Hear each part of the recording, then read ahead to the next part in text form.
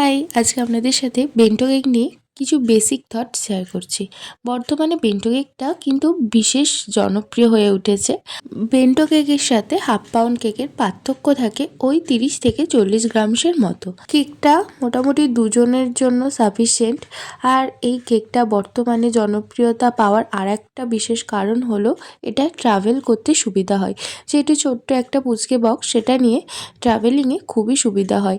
এবার অনেকে ভাবে যেহেতু কেকটা ছোট, হয়তো কেকটার দামও হয়তো 100-150 টাকার মধ্যে, অনেকে দেয়ও হয়তো। যারা প্রিমিক্স দিয়ে কেক বানায় সেক্ষেত্রে হয়তো পসিবল, কিন্তু আমরা যারা স্ক্র্যাচ দিয়ে কেক বানাই, মানে কোনো প্রিমিক্স ছাড়াই নিজেরাই সবটা বানাই A থেকে Z, তো সেক্ষেত্রে আমাদের ওই 100 টাকায় 150 টাকায় কেক দেওয়াটা একদমই পসিবল হয়ে ওঠে না।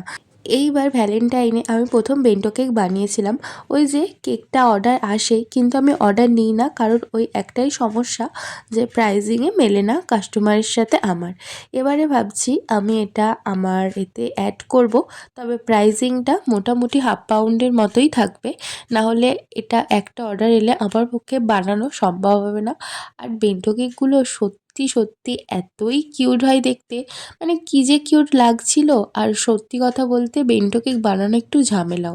বড় কেক যতটা ইজিলি আইসিং হয়ে যায়, ছোট কেকের ক্ষেত্রে একটু ডিফিকাল্ট। আর হোম বেকারদের এইটুকু কষ্ট তো করতেই হয়।